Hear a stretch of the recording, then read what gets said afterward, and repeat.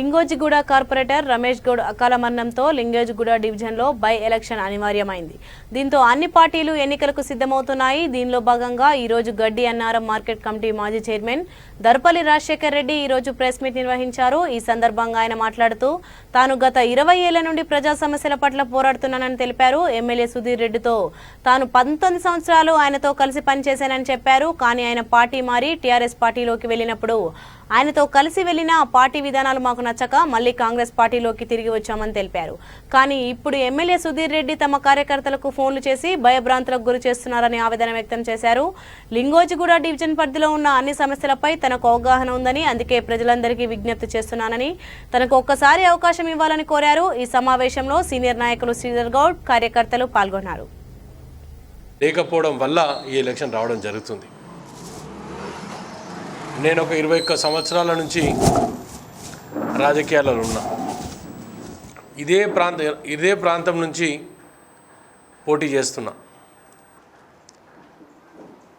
2000లో చేసిన, 2016లో చేసిన, 2020లో చేసిన, మళ్ళీ 2021 సంవత్సరంలో చేస్తున్నా. అది ఎట్లా చేస్తున్నా? ప్రజలు నింపిన ధైర్యంతోనే చేస్తున్నా, కార్యకర్తలు ఇస్తున్న ధైర్యంతోనే చేస్తున్నా. ప్రజలు నన్ను తిరస్కరించినా సరే ఏదో ఒక రోజు గెలిపిస్తారనే ఒక నమ్మకంతో నేను మళ్ళీ ప్రజల ముందుకు వచ్చిన. ఇప్పుడు రానున్న ఎలక్షన్స్లో నాకు ఒక్కటి అర్థం కాదు ఏంటంటే, అన్ని పార్టీలు మద్దతు ఇస్తే నేను కూడా విత్డ్రా అవుతానని చెప్పిన. రమేష్ గౌడ్ గారికి వాళ్ళ ఫ్యామిలీలు ఎవరికైనా ఇచ్చేస్తే అన్ని పార్టీలు మద్దతు ఇస్తే నేను కూడా విత్డ్రా అవుదాం అని చెప్పడం జరిగింది. కానీ దానికి ఇనిషియేషన్ కూడా ఎవరు తీసుకున్నట్టు కనపడతలేదు నాకు. ఏది ఏమైనా ఎలక్షన్ కొట్లాడాల్సిన అవసరం ఏర్పడ్డది. 19 సంవత్సరాలు నేను సుధీర్ రెడ్డి గారు ఎంబడే ఉండే.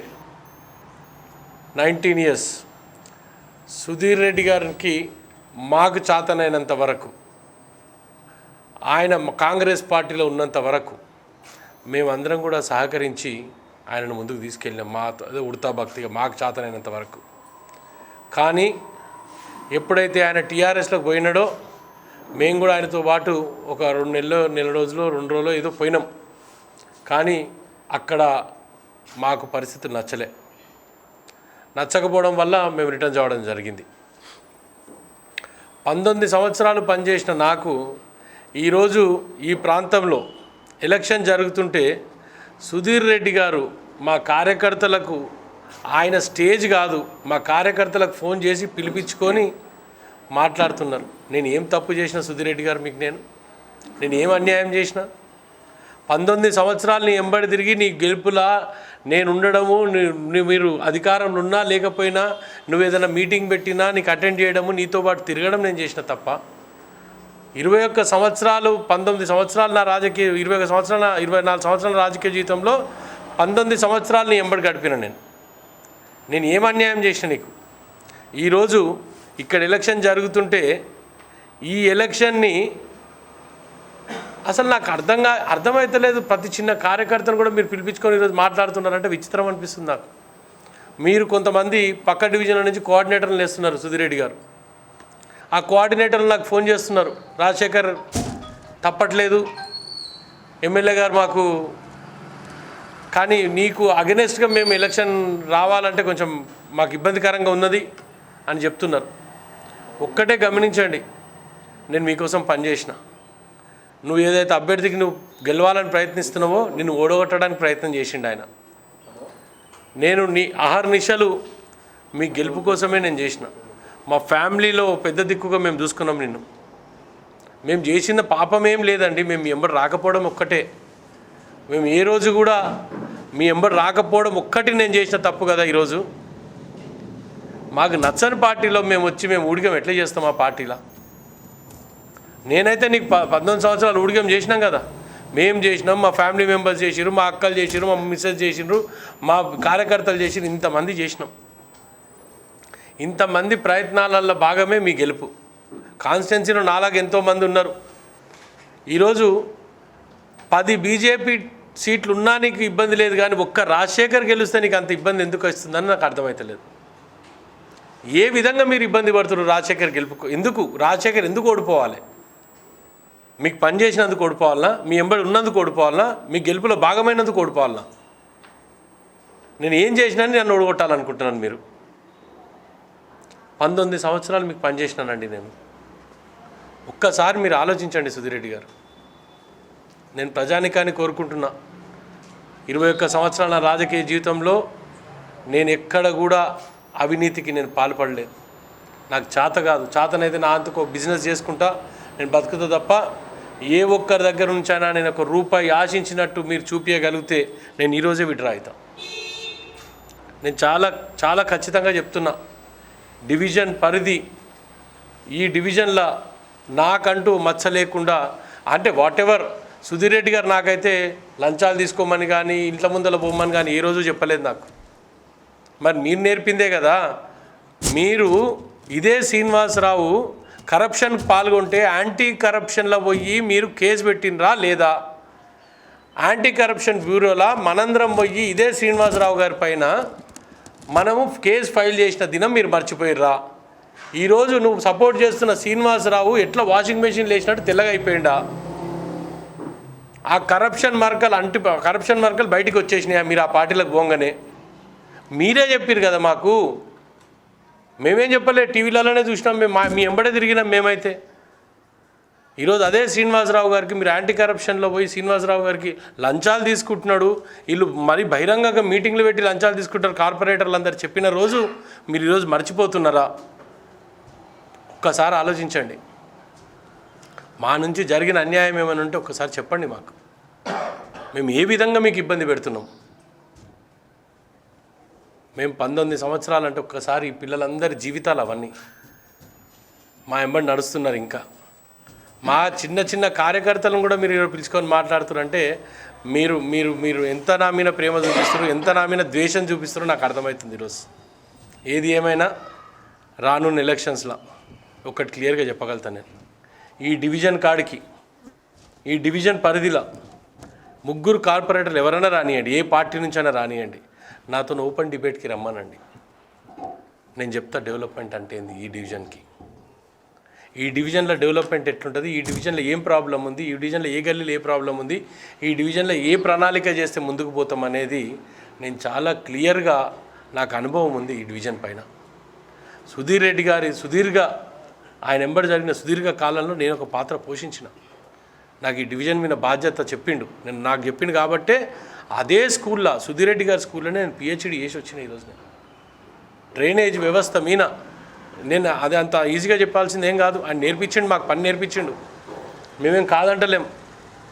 కానీ ఈరోజు మాకు వచ్చే బాధేస్తుంది, మీరు ఇంత అవసరం లేని ఎలక్షన్ని మీరు ఏదో ఈ ఎలక్షన్ తోటే మొత్తం కేసీఆర్ గవర్నమెంట్ పడిపోతుందా లేకుంటే ఏమవుతుందో నాకు అర్థమవుతలేదు ఈ ఎలక్షన్ తోటి. ఒక్కటైతే చెప్తా మీడియా సోదరులారా, ఒక్క అవకాశం ఇవ్వండి, మీరు కూడా ఒక్క అవకాశం ఇవ్వండి. నేను ప్రజానికాన్ని కోరుకుంటున్నాను, ఒక్క అవకాశం ఇవ్వండి నాకు ఈ సిస్టమ్ మీద నాకు తెలిసినంత ఇక్కడ నిల్చుంటున్న ఏ కార్పొరేటర్కి తెలవదు. ఒక్కటే నా చిన్న రిక్వెస్ట్, ఒక్కటే ఒక అవకాశం ఇవ్వండి నాకు, నేను చేసి చూపిస్తా. మీరు నిజంగా డెవలప్ చేసినట్టుంటే మొన్న ఓట్లు మీకు ఎందుకు తిరస్కరించినారు? మిమ్మల్ని ఎందుకు తిరస్కరించారు పబ్లిక్? మొన్న మీరు నిజంగా డెవలప్ చేసినట్టుంటే పబ్లిక్ తిరస్కరించారు కదా మిమ్మల్ని. మళ్ళీ ఏ ముఖం పెట్టుకొని మీరు ఓటు అడుగుతున్నారు? మేమంటే మేము పదవిలో లేము, మేము చేసే పనులు ఏమి ఉండవు. ఈరోజు జిహెచ్ఎంసీ పరిధిలో 150 డివిజన్ల లింగోజిగూడ డివిజను ఎమ్మెల్యే ఉన్నాడు కదా, ఆయన చేయొచ్చు కదా. మినిస్టర్ ఉన్నారు కదా, వాళ్ళు చేయొచ్చు కదా. కేటీఆర్ ఉన్నారు కూడా, వాళ్ళు చేయొచ్చు కదా. ఒక్క లింగోజిగూడ డివిజన్ కార్పొరేటర్ అయితేనే లింగోజిగూడ డెవలప్ అయితే మరి మీరందరూ ఎందుకండి? అరే ఇంత 10 మంది కార్పొరేటర్లు బీజేపీ ఉన్నారు, ఒక్కనుంటా నేను కూడా ప్రశ్నిస్తా కదా. ఇప్పుడు టీఆర్ఎస్ పార్టీలో గెలిచే కార్పొరేటర్ ఎవరైనా గెలిచినట్టయితే 70 మంది 58 మందికి ఇంకొకరు యాడ్ అవుతారు అంతే తప్ప ప్రజానికాని కోసం ప్రశ్నించేటోని ఒకరిని తయారవుతా కదా. నేను ప్రశ్నిస్తా కదా సిస్టమ్ని. ఒక్క డివిజనే కాదు, పక్కన డివిజన్లలో తప్పు జరిగితే మీరు చెప్పలేని పరిస్థితి ఉంటే నేను చెప్తా కదా. ఎందుకు ఒక అవకాశం ఇయ్యరు నాకు? నేను చేసిన తప్పేంది ఈ డివిజన్లో? నేను ఏ విధంగా తప్పులు చేసినా చెప్పండి. నేను ఒక్క అవకాశం నాకు ఇవ్వండి. నేను మీడియా సోదరులకు కూడా మరొకసారి విజ్ఞప్తి చేస్తున్నా, మీ సపోర్ట్ కూడా నాకు అవసరం. ఏదున్నా రానున్న ఎలక్షన్స్లో న్యాయానికి అన్యాయానికి జరిగే పోరాటం ఇది. ఈరోజు న్యాయం గెలుస్తుందా అన్యాయం గెలుస్తుందా అనేది ప్రజా తీర్పు వెయిటింగ్లో ఉన్నది. ఎలక్షన్స్ తొందరనే రాబోతున్నాయి. ఏది ఏమైనా వచ్చిన పత్రికా విలేకరులందరికీ కూడా చేతులెచ్చి జోడిస్తున్నా, ఒక్కసారి నాకు అవకాశం ఇవ్వండి. మీరు కూడా ప్లీజ్ అర్థం చేసుకోండి. 21 ఏళ్ళ రాజకీయ జీవితం, ఒక్క అవకాశం ఇచ్చి నాకు సహకరించండి please. Thank you very much. అభ్యర్థిత్వం ఖరారైంది. మొన్న జరిగిన ఎలక్షన్లో మాకు అధికార పార్టీకి ఒక యుద్ధంలాగా జరిగింది. అందులో అధికార పార్టీ ఎన్ని ప్రయత్నాలు చేయాలో అన్ని ప్రయత్నాలు చేసినా కూడా వాళ్ళని ప్రజలు తిరస్కరించారు. ఒకవేళ అభ్యర్థి ఎటువంటి వ్యక్తి అంటే, ఆయన పేరు ముద్రపోయిన శ్రీనివాసరావు కాదు, నిద్రపోయిన శ్రీనివాసరావు. పొద్దున్న లేస్తే మంచిగా పౌడర్ వేసుకోవాలి, మంచి ఫ్రెష్ వేసుకోవాలి, రావాలి. కారు దిగడు ఆయన, కారు అద్దం కిందికి దించాడు ఆయన. కార్యకర్తలను పట్టించుకోడు, నాయకులను పట్టించుకోడు. చిన్న స్థాయి నాయకులు అంటే ఆయనకు అసలు లెక్కనే లేదు. ఆయన ఒకటి ఏంటంటే, ఆయనకు నా దగ్గర డబ్బు ఉంది, ప్రజలు నాకు ఓటేస్తారు. ఇప్పుడు రేపు జరగబోయే ఎన్నికల్లో కూడా ఆయన ధీమా అదే ఉంది. ఇంకోటి ఏంటంటే, ప్రభుత్వం కూడా ఒకసారి ఆలోచించాలి. అటువంటి వ్యక్తులకు మళ్ళీ రెండోసారి కూడా టికెట్ ఇచ్చి వాళ్ళు ఆయనను ప్రోత్సహిస్తారు. ఇక్కడ ఉన్న మెయిన్ లీడర్ ఎవరైతే ఉన్నారో, ఒక మెయిన్ నాయకుడు, ఆయన రీసెంట్లీ పార్టీ మారి మా పార్టీ టీఆర్ఎస్ పార్టీలోకి వచ్చి ఆయన ఏం చేస్తున్నాడంటే, ఈ కార్యకర్తలను బెదిరిస్తున్నాడు. పాత కార్యకర్తలు, ఆయనకు పరిచయం ఉన్న కాంగ్రెస్ కార్యకర్తలను కొంతమందిని బెదిరింపులకు గురి చేస్తున్నాడు ఆయన. అందు గురించి నేను చెప్పేది ఏంటంటే, ఈసారి ఇప్పుడు జరగబోయే బై ఎలక్షన్లో రాజశేఖర్ అన్నని మేము ఎట్టి పరిస్థితుల్లో మేము అన్ని విధాలా మా ప్రయత్నం చేసి గెలిపించుకుంటామని చెప్తాం. ఈరోజు పత్రికా సమావేశానికి వచ్చిన పత్రికా మిత్రులకి, కాంగ్రెస్ కార్యకర్తలకి నా నమస్సుమాంజలు. ఏదైతే ప్రెస్ మీట్ ఇవాళ పెడుతున్నామో, లింగోజిగూడ డివిజన్లో జరగబోయే బై ఎలక్షన్ గురించి ఉద్దేశించి ఈరోజు ప్రెస్ మీట్ పెట్టడం జరిగింది. ఇవాళ వాళ్ళ అవినీతికి, మా ఆత్మాభిమానానికి జరుగుతున్న ఎలక్షన్ అని మేము అనుకుంటున్నాం. వాళ్ళ నోట్ల కట్టలకి, మా యొక్క న్యాయ పోరాటానికి జరుగుతున్న ఎలక్షన్లో మేము కొట్లాడడానికి మళ్ళీ సిద్ధమయ్యామని తెలియజేయడానికి ఒక ప్రెస్ మీట్ పెట్టడం జరిగింది. ఈ లింగోజిగూడ డివిజన్లో ప్రతి గల్లీ, ప్రతి ఒక్క కాలనీ, ప్రతి బస్తీలో అవగాహన ఉన్న వ్యక్తి క్యాండిడేట్గా రావడం, మళ్ళీ మేము దర్పల్లన్న ఎన్నుకోవడము, ఎలక్షన్లో పోటీ చేపించడం మాకెంతో సంతోషంగా ఉంది. ఈరోజు ఈ ఎలక్షన్లోనైనా ప్రజలందరూ ఒక్కసారి ఒక్క అవకాశం ఇచ్చి రాజశేఖర్ అన్నని గెలిపిస్తే మాకు ఎంతైతే ఓపిక ఉందో అంతవరకు వాళ్ళందరికీ రుణపడి ఉంటామని కూడా తెలియజేస్తున్నాము. అదేవిధంగా ఈరోజు మనం గతంలో చూసుకున్న కార్పొరేటర్ అయితే ఇల్లు కట్టడానికి ఫస్ట్ ప్లానింగ్ రాగానే మేసిని గుత్తదారి మాట్లాడతామో, అదేవిధంగా కార్పొరేటర్ని కూడా మాట్లాడాల్సిన పరిస్థితులు మనం కళ్ళము కూడా చూసినాం. అట్లాంటి సమస్యలు రాకుండా ఈ కాలనీలు, ఈ యొక్క వ్యవస్థ, ఈ 150 డివిజన్లలో అతి లోతట్టు ప్రాంతము, తర్వాత కొంచెం వర్షం వచ్చినా మునిగే ఏదైతే డివిజన్ ఉందంటే 150 డివిజన్లలో మన లింగోజిగూడ మాత్రమే. ఇంకా మన లింగోజిగూడ ఎందుకు డెవలప్ అయితే లేదంటే, దీని మీద అవగాహన ఉన్న లీడర్లు కానీ, ఇక్కడ అవగాహన ఉన్న ఏదైతే కార్పొరేటర్లు ఎవరు కంటెస్ట్ చేసినా ఇక్కడ వాళ్ళకు ఓటర్ ఐడి ఉండదు. ఇక్కడ లోకల్ స్థానికులు కాకపోవడమే మనకు శాపంగా మారుతుంది. ఈసారి ఎలక్షన్లో మేము డబ్బులను నమ్ముకోలే, అసలే మాకు అధికారంలో కూడా లేం కాబట్టి జనాలనే నమ్ముకొని మేము డెవలప్మెంట్ ముఖ్య ప్రణాళిక చేసుకొని దాని మీదే ఎలక్షన్ కొట్లాడదామని మనవి చేస్తూ, అదేవిధంగా ఇక్కడ లింగోజిగూడ ప్రజానీకానికి మా యొక్క మనవి, అవినీతి కార్పొరేటర్ కావాలా, అభివృద్ధి చేసే కార్పొరేటర్ కావాలా అని ఒక్కసారి వాళ్ళ మనసుకే వదిలేస్తున్నాము. అవినీతి కార్పొరేటరు ఈరోజు అడావిడి చేసి, ఎప్పుడో కాంగ్రెస్ గవర్నమెంట్లో దర్పల్లి రాజశేఖర్ అన్న మార్కెట్ కమిటీ చైర్మన్ ఉన్నప్పుడు డివిజన్ ఎటువంటి సంబంధం లేకున్నా కానీ డివిజన్ ప్రజలు ఇబ్బంది పడుతున్నారని చెప్పి అప్పుడు శాంక్షన్ ఏవైతే ప్రణాళికలు పెట్టిరు, ఇక్కడ డ్రైనేజ్ రావాలి, ఇక్కడ ఇది రావాలి, ఇక్కడ వస్తే ఈ సమస్య తీరుతుందనో అదే ప్రణాళిక ఇప్పుడు ఏదో ఎలక్షన్ వస్తున్న హడావిడి పెట్టి అవి ఒక శాంక్షన్ చేయడమే జరుగుతుంది.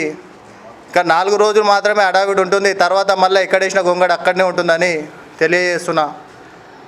ప్రజలందరికీ నమస్కారం పెట్టి ఈసారన్న రాజశేఖర్ అన్నని 3 సార్లు పోటీ చేసిండు, 4వ సారి గెలిపియాలని చెప్పేసి మీరు ఎన్నిసార్లు ఓడగొట్టినా కానీ అధికార బలంతో ఓడగొట్టు తప్ప ప్రజల మనోహల్గానే ఎప్పుడైతే మేము ఓడిపోతలేము. 150 డివిజన్లలో ఎవరికి రాన్న ఓట్లు మా డివిజన్కి వచ్చినాయి, రాజశేఖర్ అన్నకు వచ్చినాయి. ఈసారి కొంచెం ఇంకొకసారి మాదందరిది ఒకటే నినాదం, ఇప్పుడు అవరే దక్క ఏ బార్ పక్క అనే నినాదంతో కార్యకర్తలందరూ ముందుకు పోతారని తెలియజేస్తున్నాము. Thank you. మీడియా విలేకరులకు అందరికీ నా నమస్కారాలండి.